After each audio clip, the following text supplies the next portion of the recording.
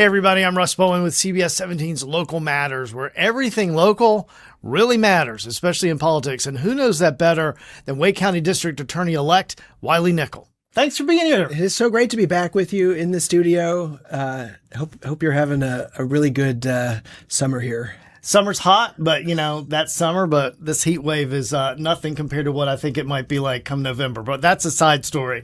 But speaking of that, I bring that up because people will say, you're watching CBS 17 Plus. CBS 17 News presents Local Matters.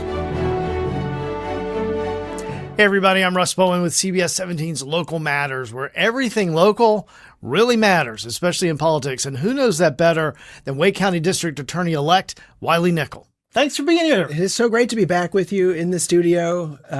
Hope you're having a really good summer here. Summer's hot, but that's summer, but this heat wave is nothing compared to what I think it might be like come November. But that's a side story. But speaking of that, I bring that up because people will say, how are you the elect at this point? We haven't even got to the November election. So for folks who aren't aware, remind us. So here in Wake County, we had a Democratic primary for Wake County District Attorney. We've had just 2 elected district attorneys in our county over the last 40 years. So it's a big change. But there's no Republican running against me in November. So I'll be the only name on the ballot and get to spend all of this time as a big long runway organizing the office and doing everything I can to hit the ground running when I start on January 1st. I want to go into your background for just a second, if we could, to just talk about how perhaps this will be a little bit easier for you to navigate in terms of, funding, how to work the system when it comes to the state legislature, county commissioners, because you served in the state legislature. You were a congressman representing the 13th district before you were redistricted out of your district in favor of Republicans. And now you're in this role. So I know that you've been petitioning with folks about the need to increase the budget for assistant district attorneys, right? That's really been the biggest focus of my time over the last several months since the election, doing all I can to make sure we keep Wake County safe and keep, and frankly, crime doesn't respect county boundaries. So this is about everybody in the triangle. And when you have a DA's office like Wake County, which is the worst funded in the state, we're all less safe. And it means that victims have to wait years rather than months for justice. Repeat offenders stay out on the street much longer. It's a real public safety issue. And it's one that I'm grateful you're giving me a chance to talk about, but it's one that really matters for folks in Wake County. They should be very worried and very concerned that things will fall through the cracks when you have an office that is so underfunded. And that's my single biggest message. The prosecutors, at the Wake County DA's office have an average of 2,400 cases a person. Just to give you an example, a comparison, Mecklenburg is a smaller county. They have 960. So that's 44 prosecutors in Wake County, 94 in Mecklenburg County. We are all less safe because of it, and it's a real problem. What's been the response as I'm sure, had to talk to both sides of the coin, Republicans and Democrats, and unaffiliated as well, who may be in the state legislature or on the county commission?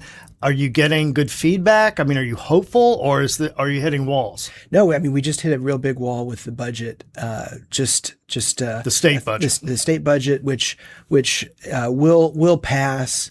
It's one of those things where they don't allow for amendments. The folks, the speaker and the president pro tem basically have a ton of influence and decision making ability over these budgets, and they just cut out Wake County in terms of new prosecutors. So we have 44.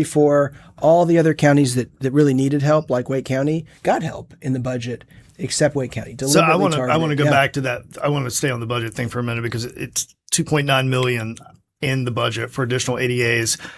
And as you said, that does not include any money for Wake County. I mean, what's the deal? Is that politics? Is that just what happened? Well, I'm certainly scratching my head too. There's a group called the Conference of DAs. It's a bipartisan group of every district attorney is a member of it, and they lobbied very hard to not to put politics into budget making decisions for public safety, but just to go based on the needs. So, when you look at population, and prosecutors per person, Wake County is dead last by almost double, so, but the way they calculate what the need is for every office in the state, every prosecutorial district in North Carolina is this workload formula. So it's a simple thing where a speeding ticket takes a little bit of time, a murder case takes a lot of time. You have some parts of the state where there's a lot more crime than Wake County, per person, per case. But Wake County was almost dead last in this formula, and every other county at the bottom got help. They got more prosecutors, except Wake County. When you see the chart, it was a deliberate omission. They specifically targeted Wake County, and that's the point that I'm trying to make to the voters, and especially folks in the business community here in Wake County who are directly impacted by these decisions. This is really bad for public safety, and that's my message is to try to get folks to reach out to the legislature and say what's the backlog like right now? I mean, there's no way to really, I'm not in the office yet, but you see a huge backlog. You see the amount of time it takes to finish a criminal superior court case. 440 days is the median number. That's a long time. So that means cases in Wake County just take a lot longer. And you're a repeat offender, on bail. You're out there on the streets much longer waiting for your for the DA's office to finish your case. Those are the things. And especially, my biggest concern are these involuntary commitment cases, mental health, substance abuse. Those are the biggest drivers. Well, of now crime. You've got Arena's law. Yeah. Right. So you have to make sure that, you adhere to that particular law. But you need the staff to do it. Exactly. And all the things that I need to do for public safety, again, targeting, mental health, substance abuse. It's very intensive. You need the prosecutors to look at these cases individually. And for the taxpayer, it's just much cheaper to have strict supervision, and mental health treatment rather than constantly cycling people through the jails. We got 40 seconds before we have to take a break. What's the response been from county commissioners? Not good so far. It's an ongoing process, but 12 counties or municipalities across North Carolina supplement their DA's office. Mecklenburg, I said they have 94, 23 come from their county commissioners. I need Wake County, our Democrats on the county commission, to do the right thing for Wake County and supplement the DA's office. So that's something that I'm going to continue pushing for, and it's done elsewhere. It's something that if the legislature is gonna snub Wake County, we need our county commissioners to step up. You've got a little bit of time to figure it out between now and when you take office, but I'm sure Lauren Freeman, the current DA who chose not to run again, would welcome any additional help that she could get before her term is up. We're going to take a quick break, and when we come back, I want to talk to you a little bit about political corruption and why you would be the guy for any alleged cases that might come up in Raleigh. We'll be right back. CBS17 News presents Local Matters. CBS17 News presents Local Matters. Russ Bowen back here with Wake County District Attorney-elect Wiley Nickel. I want to talk about something that you campaigned on, but you've been quite vocal about since winning the primary, essentially winning the election, as we talked about a minute ago, and that's political corruption. And you're talking about agencies, state agencies, whether it's an allegation within the state legislature. Can you kind of explain to people at home why would it be the Wake County District Attorney who would be the one who would initiate, or follow through on something like this? No, I mean, most folks don't understand this about the way our judicial system works. Jeff Jackson, great attorney general, he doesn't have jurisdiction over individual cases. So when it comes to tackling political corruption, and folks are looking for who's the guy who does that, that's the Wake County District Attorney. Because the state capital is in Wake County, my office will have jurisdiction over government malfeasance. So, that's any government agency, somebody stealing money, doing something wrong, or political corruption with, let's say, folks in the legislature. Everything, in terms of policy is made here in Raleigh that's statewide, correct? So that's kind of where it is. It's like, even though you're elected in Rowan County, I'm just, not that there's any allegation there, but I'm just picking a county, a random county. The job is done here. And that's why and the job title is here. Yeah, right. So when the agency, the office in charge of making those decisions, do I take a case to the grand jury? That's the Wake County District Attorney. And again, I'm going to emphasize to people at home, I am not picking on anybody in Rowan County, but who's in Rowan County? I don't even know. I don't know. So why do you think this is important? Why are you tackling this? Well, I think as someone who's spent time in the legislature, I've seen and firsthand Congress. And Congress, how folks can abuse their office. The stories have been splashed across the headlines. You've seen them. Your viewers have seen them. And when they're looking for someone to go to for answers, that's the Wake County District Attorney. It's a big focus. It's something I'm going to spend a lot of time working on. There are actually ongoing cases right now. A big one that the current district attorney has done on the Kentucky bourbon trail with the lobbyists. That's an ongoing case. That's one I likely will inherit when I take office. So there are ongoing cases, but there are others that will come to light fairly soon too. I would imagine Judy or John sitting at home are thinking, well, this is a heightened political environment. We saw what happened recently, the claims against Pete Buttigieg, which were false and really turned his life upside down. How do you filter through that? Because anybody can claim something. Anyone can make an allegation without substantiating it. That's going to be tough for you, I think, and for your office, because this is coming out of everywhere against a lot of politicians on either side of the coin. I think folks should just know, as a prosecutor, your job isn't to be a Democrat or Republican. It's to follow the facts and the law. And if the facts and the law are there, you make a case. And my office won't go after Republicans because they're Republicans or Democrats because they're Democrats. It'll go after people who commit crime. And that's I think something important. And it's frankly something that is not happening on the federal level with Donald Trump. He has politicized the Justice Department in a way that we've never seen before. And that's very dangerous for our democracy. I want to talk a little bit too about trust and transparency within government, with our elected officials. And again, I'm going to emphasize, it doesn't matter what party you are. There's very little trust. Just look at any poll or talk to somebody at the grocery store. Is that part of what you're doing here to regain trust, at least as far as your office is? Or not that there's not trust in the current DA, but just to sort of regain trust in the way things work as a whole? 100%. There is no way you can deliver public safety to Wake County, to folks in North Carolina, unless they trust you. And to do that, I have to go and visit every part of Wake County. I have to talk with everybody. So when there are difficult decisions, when there are decisions that people are struggling with, they know that I'm someone who's going to show up. I'm going to explain it, and they're going to know why I've done what I've done. So, every municipality in Wake County, I'm going to go visit them. I'm going to talk with their police chief, with their elected leaders and others to hear what they think. But so when these things happen, the community groups, faith community leaders, they know that I'm someone who's going to show up, going to answer their questions, and that's how you build trust. And frankly, we've got a sheriff, Willie Rowe, doing a great job at that. That's a good model. You have to show up. Are you going to show up at some of his news conferences when, the press is asking a lot of questions and not getting a lot of response? As long as you can answer a question, are you going to be there? Oh, no, absolutely. I think that transparency is so important. I will have my own press conferences as district attorney and really focus on explaining things. And I think that's something that, at least for me, that would be very different from the current DAs. I spend a lot of time communicating with the public in a way so they understand what we're doing. And that's how you break through the horrible noise that we see with bad information on social media, bad stories that aren't factual. You have to show up and spend a lot of time answering those questions.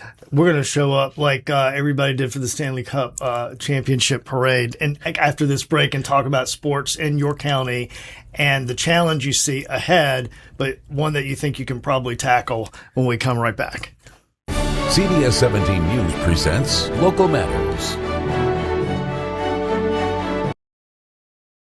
CBS17 News presents Local Matters. Wake County District Attorney-elect Wiley Nickel back with me for something I really want to talk about a lot. People love sports in North Carolina. They really love it even more than they probably ever have in the last month or so, even if it's with, fair weather fans for the Carolina Hurricanes. Wow, what a crowd downtown. Wow, what crowd showing up just for watch parties. Extraordinary. We see these sellout crowds when NC State plays. We see when they play football or basketball. We see the crowds in Cary for soccer. And now there's all this chatter and momentum about bringing an MLB team to Raleigh. First of all, would you support I'm just going to ask you flat out. I ask everybody this. Would you support an MLB team coming to Raleigh, North Carolina? I mean, I got to say, I support the Canes. I'm a big Canes fan. I'm super excited that we got the Stanley Cup. I can't wait to see it, by the way. I was in Vegas for Game 2. You're not answering my question. I was in Raleigh for Game 5. But no. I right now, as the incoming district attorney, I can tell you, with 44 prosecutors in my office, you add 81 home games a year, basically for baseball. 30, 40, 50,000 people at each game here in Wake County. I mean, you do that, and it brings crime. It brings DUIs. It brings drunk and disorderly. It brings people from all over the state into Wake County in a way we've never dealt with before. And I can just tell you, as DA, I don't have the staff to deal with that. All right, I want to back up just a second, because some may interpret what you're saying as like some of these, sports is crime ridden. Is that what you're saying, or are you saying these are isolated incidents? No. When you bring 50,000 people into Wake County, you are going to have criminal cases. You are going to have much more work for me as district attorney, and until we get serious about the public safety piece, I couldn't support adding a baseball team to Raleigh, because we just don't have the staff we need to support what will come with that. I mean, I love baseball. It'd be great. Hey, it'd be great if we had a baseball team. But as I look at this, and I think there's certainly a good argument to be made that the taxpayers are going to foot $1.5 billion bill. Do they really get that much back out of it? I think it's great for the overall image of the city to have a baseball team, but the data I've seen shows that it's not the best return on taxpayer dollars. If an owner wants to pay for their own stadium, $1 billion to do that, that's one thing. But I have a lot of concerns. I'd love to see it happen, but as I look at what we have now for infrastructure, for roads, the health needs we have as a county, I think there's a lot of questions I have. So let's say that this does look like it's going to happen, and there are conversations being had in the last hours. Do you want to be at the table to talk about this issue and not, and be at the table if it does happen, to talk about how we move forward? Because you'll have a couple of years, if you're still DA at that point, to try to beef up your staff even more. No, I mean, I've been super clear with the people trying to do these, to bring these teams, whether it's soccer or baseball. And if I don't have the staff to handle the influx of cases that will inevitably come when you have large events like that, I'm not going to support it. I couldn't support it, because we have to do, you can't just bring a team in and hope everything is going to be great. You have to make those investments in roads, in public safety. And it's all moving so fast, that isn't a part of the conversations. But I can tell you, I am and have talked with the people who are part of those efforts, and I've made it really clear: if you don't get public safety right, I'm going to be your biggest critic. So let's go back to the Canes for a quick second and talk happy times. Yeah, that was really something. And you were there. We talked about this during the break, but 10 hours you were there at the parade. Me and a lot of people here at CBS17. We were indeed. And it was very hot. I'm not going to say it's the 100 degrees we're dealing with this weekend. Yeah. But yeah, it was. But you know what? I have to say that I was really impressed by the fact that people showed up at, now the count's like up above 190,000, I think. And it's very orderly. Yeah, there were a lot of curse words, but I mean, like, people really behaved, watching that parade. And then it was like a ghost town after everybody just left immediately. I thought, they'll be straggling around, but no, not the case. Canes fans are the best. My son's a hockey player. I was there I wasn't there at the parade. I was hiking in National Park with my son. But just really are the best. And I got to see that when I went to Vegas too, where they just didn't have half the energy that we did, or the passion for their team. So it matters. It matters. And I'm going to miss Freddie Anderson, but he did a lot of great things for our team, and he's going to, left to be a goalie for what may be his last year with the Oilers. But we wouldn't have gotten as far as we did without him. So. He was the second person to get the cup, so I thought that was appropriate. Unlike me, he's a fan favorite. It's going to be exciting though to see this team and these guys who've committed for years to come. But I think I'm going to go swing back to you really quick in the last 45 seconds we've got. That is going to mean that I think attendance is going to be off the charts. The bars are going to be off the charts. When you got the Stanley Cup season, even preseason starting, people are going to show up. And it's really the best tradition in pro sports, where you win the championship and every player gets a day with the cup. I'm excited to see what that looks like for Wake County. Thank you for coming in and taking the time. I know you got your work ahead of you. We'll see you again many times, and hopefully a lot after your term actually starts. Because I'm holding you to that transparency promise. I truly am. And that wraps us up today, folks. Don't forget, we have this segment, Local Matters, every Sunday at 8:30 in the morning. But if you miss it or want to see it again, you can always go to CBS17's YouTube page, as well as CBS17 Plus, the Plus app. Have a great rest of your day, and thanks.